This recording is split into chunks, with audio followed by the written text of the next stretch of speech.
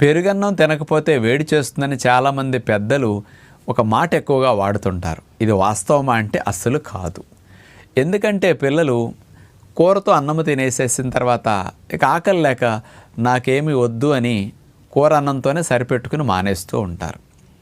మరి ఇంకొంచెం అన్నం తింటే వాడు నీరసంగా లేకుండా ఉంటాడని, కొంచెం మళ్ళీ ఆకలి అనకుండా ఉంటాడని పెరుగన్నం కూడా అంత తినిపిస్తే ఇంత అన్నం వెళ్ళిపోతుంది కాబట్టి వాడికి పొట్ట నిండుతుంది, దండిగా ఉంటుందనే ఉద్దేశంతో పెరుగన్నం తినపోతే వేడి చేస్తుందని ఒక మాయమాట చెప్పి పిల్లల చేత బలవంతంగా తినిపించే ప్రయత్నం చేయడానికి చెప్పే మాటే తప్ప పెరుగన్నం తినపోతే వేడేమీ చేయదు, అసలు తినకపోయినా నష్టమేమి ఉండదు. వేడి చేసేది ఎప్పుడైతే ఉంటుందంటే మంచినీళ్ళు తక్కువ తాగినప్పుడు వేడి చేస్తుంది తప్ప పెరుగు తింటే చలవ చేయటం ఇట్లాంటివి ఏమీ ఉండవు. కానీ తినకపోతే అది అయిపోతుందని అపోహ మాత్రం పెట్టుకోవద్దని విజ్ఞప్తి.